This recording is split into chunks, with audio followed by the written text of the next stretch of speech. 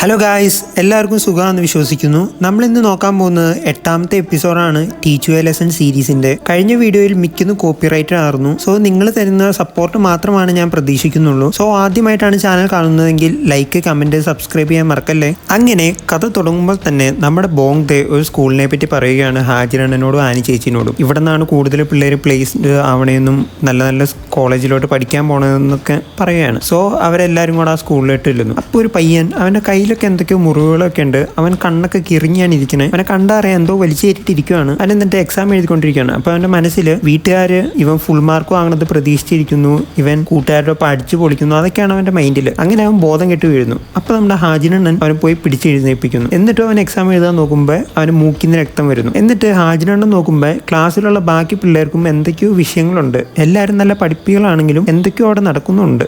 അങ്ങനെ ആ പയ്യനെ അഡ്മിറ്റ് ചെയ്തേക്കുവാണ്. അപ്പോഴേക്കും ആ പയ്യൻ്റെ അമ്മ ഓടി വരികയാണ്. എൻ്റെ പയ്യനെ എക്സാം എഴുതണം, അങ്ങനെ ഇങ്ങനെയാന്ന് പറഞ്ഞു. അപ്പോൾ പയ്യൻ പറയുന്നു, എനിക്ക് തീരെ പറ്റില്ല അമ്മ എന്ന് പറയുന്നു. അപ്പോൾ പറയുന്നു, ഇത്ര നാൾ കഷ്ടപ്പെട്ടത് വെറുതെ ആക്കണോ? അങ്ങനെ പറഞ്ഞൊരു ടാബ്ലറ്റ് കൊടുക്കുന്നു. ഈ ടാബ്ലറ്റ് കണ്ടിട്ട് നമ്മുടെ 5ലോ 6ലോ ആ പയ്യൻ പിള്ളേർക്ക് ഡ്രഗ് കൊടുക്കണമായിരുന്നു. ആ ടാബ്ലറ്റ് വരെയാണ് തോന്നുന്നത്. എന്നിട്ട് അമ്മ പറയാണ്, ഇത്രയും നാൾ പഠിച്ചത് വെറുതെ ആക്കരുത്, പോയി എക്സാം എഴുതാൻ.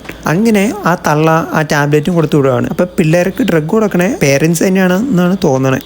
അങ്ങനെ ചെറുക്കം പോയി ഷടപ്പെടാന്ന് എക്സാം എഴുതുവാണ്. അപ്പോൾ ഇതിനെപ്പറ്റിയാണ് ഇന്നത്തെ കഥ മൊത്തം. മിക്കവാറും ഡ്രഗ്സ് റിലേറ്റഡ് ആയിരിക്കും. അങ്ങനെ ആ ടൈമിൽ സ്കൂളിൽ ഒരു നോട്ടിഫിക്കേഷൻ വരുവാണ്. ഇവരെല്ലാം TV കാണിക്കുവാണ്, പിള്ളേരെല്ലാവരും എക്സാം കഴിഞ്ഞിട്ട് ഇവിടെ തന്നെ ഇരിക്കണം, ഒന്ന് യൂറിൻ ടെസ്റ്റ് നടത്തിയിട്ടാണ് എല്ലാവരും വിടുള്ളൂ. അപ്പോഴേക്കും പിള്ളേർ വീട്ടുകാരെ വിളിച്ച് പറയുകയാണ്. അപ്പോൾ വീട്ടുകാർ ERPBക്ക് വട്ടാണോ, നിങ്ങൾ എങ്ങനെയും മാറ്റണം എന്നൊക്കെ പറയുകയാണ്. അങ്ങനെ എല്ലാ അമ്മമാരും ഓടി വരുവാണ്. എന്നിട്ട് പിള്ളേരെല്ലാം അക്കാഡമിക്സിലോട്ട് പറഞ്ഞു വിടുവാണ്. എന്നിട്ട് ഹാജിനണ്ണനോട് വാദിക്കുകയാണ്, പിള്ളേർക്ക് നന്നായി പഠിക്കുന്ന പിള്ളേരെ ചുമ്മാ അതും ഇതും പറഞ്ഞ് പിള്ളേരെ കോൺസെൻട്രേഷൻ കളയരുത്, സമയം കളയരുത് എന്നൊക്കെ. അപ്പോൾ ഹാജിനണ്ണൻ പറയുന്നു, പിള്ളേര് പഠിച്ചാൽ മാത്രം മതി, ജീവൻ നിലനിർത്തേണ്ടതെന്ന്. എന്നിട്ട് പറയുന്നു, നാളെ പിള്ളേരെ ERPBയുടെ ഹോസ്പിറ്റലിൽ വിട്ട് ചെക്ക് ചെയ്തില്ലെങ്കിൽ അതിന് പറ്റിയ കോൺസിക്വൻസ് നിങ്ങൾ അനുഭവിക്കേണ്ടി വരുമെന്ന്. അങ്ങനെ മാസ് അടിച്ചാണ് നിൽക്കുന്നത്. പിന്നീട് കാണിക്കുന്നത് നമ്മുടെ 7ാമത്തെ എപ്പിസോഡിന്റെ ബാക്കിയാണ്. നമ്മുടെ പഴയ മിനിസ്റ്ററും ആ ഹാജിനണ്ണന്റെ ഭാര്യനെ കുത്തിക്കൊന്ന പയ്യനെയും കാണിക്കുകയാണ് ജയിലിന്റെ അകത്ത്. അങ്ങനെ പിള്ളേരുടെ യൂറിൻ ടെസ്റ്റ് വന്നതിന് ശേഷം പിള്ളേരുടെ റിസൾട്ട് വരുവാണ്. അപ്പൊ ആ പയ്യന് B ആണ് കിട്ടുന്നുള്ളൂ. അപ്പൊ അമ്മ കുറെ കുറ്റം പറയുന്നു, നിനക്കൊരു ഗുളിക എടുത്താൽ പോരെ, അതിന് ഇത്ര പാടാണോ, എന്തിനാ അമ്മേനെ ഇങ്ങനെ കഷ്ടപ്പെടുത്തണേന്ന് പറഞ്ഞാൽ ആ പെണ്ണുമ്പോൾ ആ പയ്യന് സ്വൈര്യം കൊടുക്കാനുള്ള. എന്നിട്ട് കാണിക്കുന്നതിന് ഫ്ലാഷ് ബാക്ക് ആണ്. ഇവരുടെ ആ മേഡം വന്ന് സംസാരിക്കുന്നതും ഇങ്ങനെയൊന്നും പിള്ളേരെ പഠിപ്പിച്ചാൽ പോരാ, കുറെ കൂടെ അഡ്വാൻസ് ആയിട്ട് പഠിപ്പിക്കണമെന്നും പറഞ്ഞ് ഇവർ സ്ഥലം വരെ മാറുന്നു ഈ പയ്യനെ പഠിപ്പിക്കാൻ വേണ്ടി. മെഡ് സ്കൂളിൽ കിട്ടുക എന്ന് പറഞ്ഞാൽ അത്ര വലിയ കാര്യമായിട്ടാണ് ഇത് കാണിക്കണേ.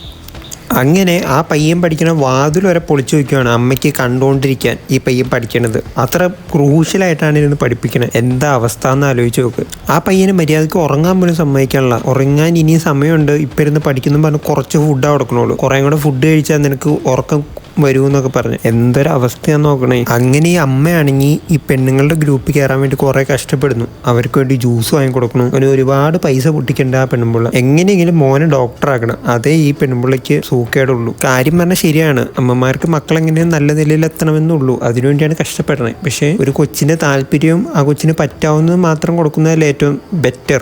അങ്ങനെ ഈ പയ്യന്റെ റിസൾട്ട് വരുന്നു ആദ്യത്തെ. അതിലാണെങ്കിലും അവന് ചിലതിനായി കിട്ടും, എന്നാലും കൂടുതലും B ആണ്. അങ്ങനെ ഈ പെണ്ണുമ്പിള്ള മെയിൻ പെണ്ണുമ്പിള്ളേനെ കാണാൻ പോകുന്നു. ഇത്രയൊക്കെ നോക്കിയിട്ടും അങ്ങ് ശരിയാവണില്ല എന്ന് പറയുമ്പോൾ പറയുന്നു, എന്നാൽ ഒരു ഗുളിക തന്നുകൂടാ, ഇത് കൊടുത്താൽ മതി, ഇത് കഴിച്ചിട്ട് പിള്ളേർക്ക് നല്ല മാറ്റം കണ്ടിട്ടുണ്ടെന്ന് പറയുന്നു. അങ്ങനെ ആ പെണ്ണുമ്പിള്ള കൊടുത്തുവിട്ട ഗുളിക കൊടുന്ന് ഈ പയ്യന് കൊടുക്കുവാണെങ്കിൽ അമ്മ. എന്നിട്ട് ടെസ്റ്റ് കഴിഞ്ഞപ്പോൾ അണ്ണൻ പറയുകയാണ്, പിള്ളേരുടെ ബ്ലഡിൽ വിഷയങ്ങളുണ്ട്, എന്തോ കെമിക്കൽ കാര്യങ്ങളൊക്കെ ഉണ്ട്, അത് നിങ്ങൾ കൊടുക്കുന്ന ഡ്രഗിൽ നിന്നാണ്, ആ ഡ്രഗ് വിൽക്കാൻ പാടില്ലാത്തതാണ്, ഇതൊക്കെ എവിടെ നിന്നാണ് കിട്ടുന്നത്, നിങ്ങൾക്കെതിരെ കേസൊക്കെ എടുക്കുന്നു. അപ്പം ആ ഒരു ഡോക്ടർ വന്നിട്ട് പറയുന്നു, ആദ്യം കണ്ട ആ പയ്യനില്ലേ അവന് കുറച്ച് സീരിയസ് ആണെന്ന് പറയുന്നു. അപ്പോൾ ഹാജിനണ്ണൻ പറയുന്നു അവരെങ്ങോടെ പോയെന്ന്. കാരണം അവർ റിസൾട്ട് നോക്കാൻ വേറെ റൂമിൽ പോയി ഇരിക്കുമായിരുന്നല്ലോ. പിന്നെ കാണിക്കുന്നത് ആ പയ്യന്റെ ബാക്ക് സ്റ്റോറിയാണ്.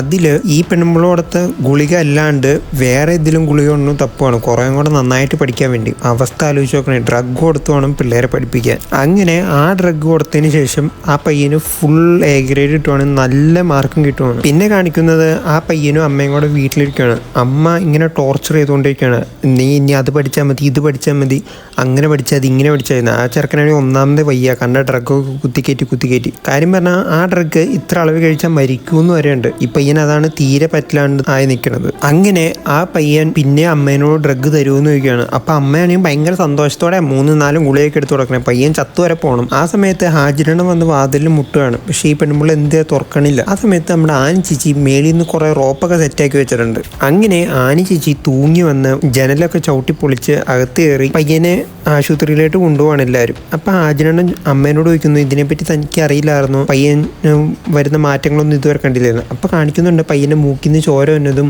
പയ്യനെ ഉറങ്ങാണ്ട് ഇങ്ങനെ മേല് മൊത്തം ചൊറിയണതൊക്കെ. എന്നിട്ട് ഈ പെണ്ണുമ്പിള്ള നിർത്തിയില്ല, കാരണം എങ്ങനെയും മാർക്ക് വാങ്ങി എവിടെയെങ്കിലും എത്താൻ വേണ്ടി. എന്നിട്ട് ഈ പെണ്ണുമ്പിള്ള പറയുന്നു, ഞാൻ അമ്മയാണ്, ഞാൻ നോക്കിക്കോളാം, അങ്ങനെ ഇങ്ങനെയാന്ന് പറഞ്ഞ് പിന്നെ ന്യായീകരിക്കണം. അപ്പോൾ ഹാജിനണ്ണൻ പറയുന്നു, ഇത് പറ്റില്ല, നിങ്ങൾക്കെതിരെ കേസുണ്ട്, കാരണം ERPBക്ക് കേസ് എടുക്കാൻ പറ്റും പിള്ളേരെ മര്യാദയ്ക്ക് വളർത്തിയില്ലെങ്കിൽ.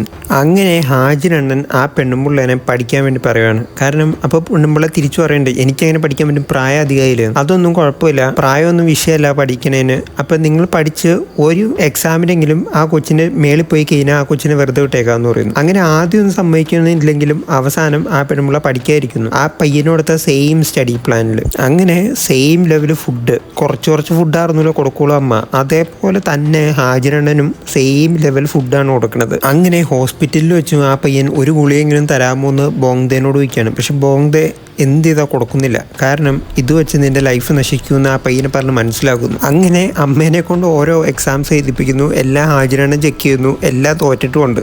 അങ്ങനെ ആ പയ്യൻ പയ്യെ ഒന്ന് റെഡിയായി വരണ്ട്. അമ്മയാണെങ്കിൽ പയ്യെ പഠിച്ച് വരണ്ട്, പക്ഷെ ഇതുവരെ ജയിച്ചിട്ടൊന്നുമില്ല, എല്ലാം തോൽവി തന്നെ. എന്നിട്ട് ഈ പയ്യൻ ഇവൻ്റെ സ്റ്റോറി പറയുകയാണ്, എന്നുവെച്ചാൽ പറ്റില്ല എന്ന് പറഞ്ഞാലൊന്നും അമ്മ സ്കൂളിൽ വിടാണ്ടിരുന്നിട്ടില്ല, ഇപ്പം ഒന്ന് കഷ്ടപ്പെട്ടാൽ ഇനി സന്തോഷിക്കാമല്ലോ എന്നൊക്കെ പറയണത്. ശരിക്കും നമ്മുടെ ഇന്ത്യൻ പേരൻസിൻ്റെ ഒരു രീതി തന്നെയാണ് ഇവിടെ കാണിക്കുന്നത്. അങ്ങനെ വിഷമങ്ങൾ വരുമ്പോഴാണ് ഈ പയ്യൻ ആ ഗുളികകൾ പിന്നെയും കഴിച്ചുകൊണ്ടിരുന്നത്. എന്നിട്ട് അമ്മ ഇറങ്ങി ഓടാൻ നോക്കുവാണ് അവസാനം. പക്ഷെ ഹാജിനണ്ണൻ പാസ്വേഡൊക്കെ മാറ്റിയിട്ടുണ്ടായിരുന്നു വീടിൻ്റെ. എന്നിട്ട് ഹാജിനണ്ണൻ പറയാണ്, ഇപ്പം മനസ്സിലായ ആ പയ്യൻ്റെ മാനസികാവസ്ഥ എന്തായിരുന്നു, എന്നിട്ട് നിങ്ങൾ വിട്ടില്ലല്ലോ ആ പയ്യനെന്ന്. അപ്പോൾ പറയുന്നു, ഞാൻ അത്ര കഷ്ടപ്പെട്ടായിരുന്നു, ഇത്ര കഷ്ടപ്പെട്ടായിരുന്നു എന്നൊക്കെ. അപ്പോൾ ഹാജിനണ്ണൻ പറയുന്നു, നിങ്ങളല്ല കഷ്ടപ്പെട്ടത്, നിങ്ങൾക്ക് വേണ്ടി ആ പയ്യനെ കഷ്ടപ്പെട്ടേന്ന്. എന്നിട്ട് അവൻ്റെ പെർസ്പെക്റ്റീവിലുള്ള ഇത് കാണിക്കുന്നു. കാരണം ഈ പെൺപിള്ള എപ്പോഴും തലയ്ക്ക് സൗകര്യമില്ലാണ്ട് പഠിക്കുന്നു പറയുമ്പോൾ ആ കൊച്ചിൻ്റെ അവസ്ഥ. അങ്ങനെ ബോങ്ദ ചോദിക്കുകയാണ് ആ പയ്യനോട്, നിനക്ക് എന്താണ് ഇഷ്ടം, അതിൻ്റെ പുറകെ പഠിക്കാൻ പോകാൻ. അപ്പോൾ ആ പയ്യൻ പറയുന്നു, അമ്മയ്ക്ക് ഇഷ്ടപ്പെട്ടൊരു 100 വിഷയങ്ങൾ എനിക്ക് പറയാൻ പറ്റും, പക്ഷേ എനിക്ക് ഇഷ്ടപ്പെട്ട എനിക്കൊന്നും പറയാൻ പറ്റില്ല. അങ്ങനെ ബോങ്ദ ഒരു ബുക്ക് സ്റ്റോറിൽ പോയിട്ട് ബുക്കൊക്കെ വാങ്ങി കൊടുക്കുകയാണ്, എന്നിട്ട് വായിക്കാൻ പറയുകയാണ്. അങ്ങനെ അവസാനം ഹാജിനണ്ണൻ അമ്മേനും കൊണ്ട് ആ പയ്യനെ കാണാൻ പോവുകയാണ്. അപ്പോഴും ആ പെണ്ണുമ്പിള്ള പറയണതെന്ന് വെച്ചാൽ മോൻ നന്നായിട്ട് പഠിക്കണ്ടോ. എന്നിട്ട് ഹാജിനണ്ണൻ നിൽക്കുന്നതുകൊണ്ട് പ്രഷർ ചെയ്യുകയല്ല, എന്നാലും എക്സാംസ് ഒക്കെ വരാറായില്ലോ എന്നൊക്കെ പറയുകയാണ് പുള്ളിക്കാരി. എന്നിട്ട് അവിടെ ഇരിക്കുന്ന ബുക്ക് നോക്കുമ്പോൾ വേറെ ഏതോ ബുക്കാണ്, അത് കണ്ട് പുള്ളിക്കാരി ഒന്ന് പതറി നിൽക്കുകയാണ്. അപ്പം ഈ പയ്യൻ ഹാജിനണ്ണനോട് പറയുന്നു, ഒന്ന് പുറത്ത് നിൽക്കാവുന്നുള്ള രീതി കാണിക്കുന്നു. എന്നിട്ട് ഈ പയ്യൻ അമ്മേനോട് എന്തോ പറയാൻ നിൽക്കുകയാണ്.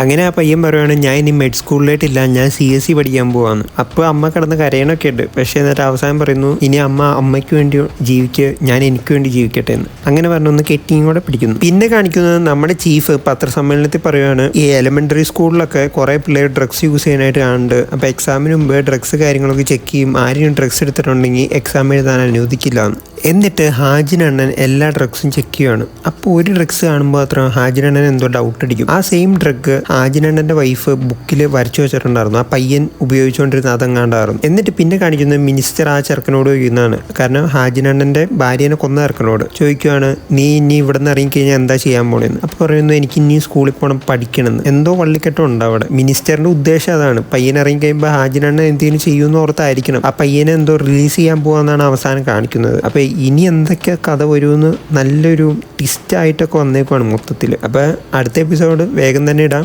അപ്പോൾ വീഡിയോ ഇഷ്ടപ്പെട്ടാൽ ലൈക്ക് ചെയ്യാനും സബ്സ്ക്രൈബ് ചെയ്യാനും മറക്കല്ലേ.